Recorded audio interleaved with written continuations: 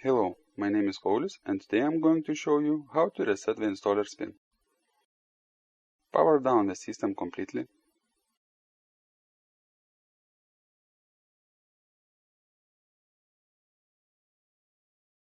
Connect a short between zone 1 and -BGM on the control panel.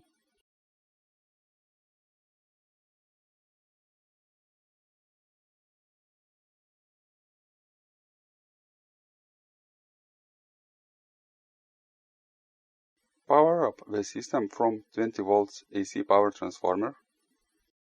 Wait for 10 seconds.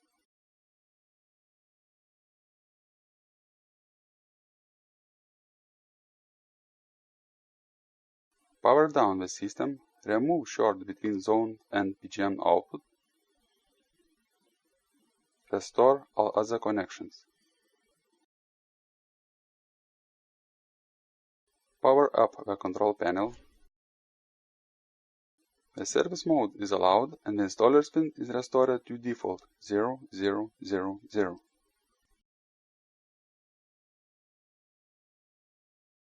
Installer can now change system settings, restore forgotten user pins, and so on.